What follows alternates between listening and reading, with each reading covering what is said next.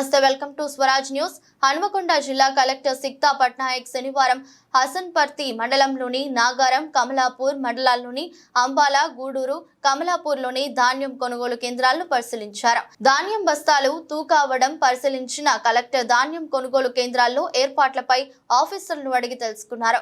కొనుగోలు కేంద్రాల్లో ఎలాంటి ఇబ్బందులు తలెత్తకుండా చర్యలు తీసుకోవాలని, కొనుగోలు వేగవంతం చేయాలని ఆఫీసర్లను ఆదేశించారు. ధాన్యం కొనుగోలు చేశాక స్థానికంగా ఉన్న మిల్లులకు అలర్ట్ చేస్తే బాగుంటుందని, కొనుగోళ్లలో ఇబ్బందులు తలెత్తకుండా చూడాలని PSCS chairman Perala Sampath Rao collector దృష్టికి తీసుకువచ్చారు. ఈ సందర్భంగా మాట్లాడుతూ ధాన్యం కొనుగోలు విషయంలో సమస్యలు తలెత్తకుండా చర్యలు తీసుకుంటున్నామని, వెంటనే ధాన్యం బస్తాలను మిల్లులకు తరలించే ఏర్పాటు చేస్తున్నామని చెప్పారు.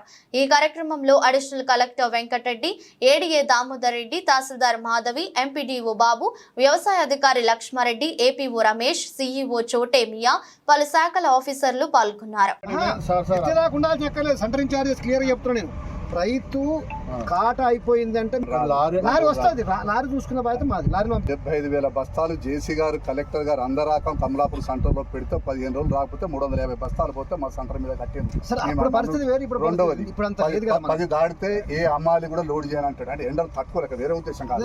6 to 10 వరకే చేస్తారు.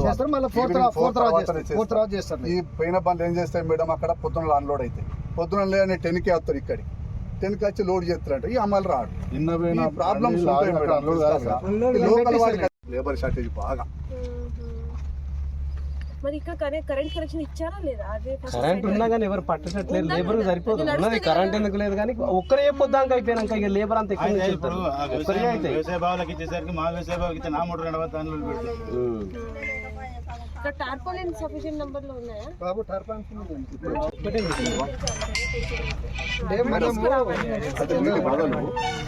దొరికితే మేము ట్రై చేస్తాను మేడం. పంజాబ్ అక్కడ నడుస్తాను, 1 లక్ష రూపాయలు పెడితే అదే గుంచి పడుతుంది. అట్లయితే సేఫ్ సైడ్. కానీ కొత్త మోడల్ అంతే తప్ప రైతు పోయాలంటే ఎండలో పోయలేడు, పట్టలేడు, చచ్చిపోతారు. వాళ్ళ పరిస్థితి కష్టపడతాను. లక్ష రైతు ఒక మిషన్ అయితే ట్రాక్టర్. భవిష్యత్ తరాలకు నీళ్ళిద్దాం. రోజంతా ఎన్నో లీటర్ల నీళ్లు వేస్ట్ చేస్తాం. నీళ్లు సేవ్ చేద్దామన్నప్పుడు ఆలోచన చేస్తాం. మళ్ళా గట్లనే నీళ్ల వాడకం. వాట్సాప్లో స్టేటస్లకు, చెప్పే సామెతలకు పొంతనలేదు. సమాజంలోని పౌరునిగా నీ బాధ్యతను గుర్తెరుగు. నిన్న బెంగుళూరు, రేపు ఇంకో సిటీ, ఎల్లుండి మన సిటీయో మన ఊరో కావచ్చు. మారండి.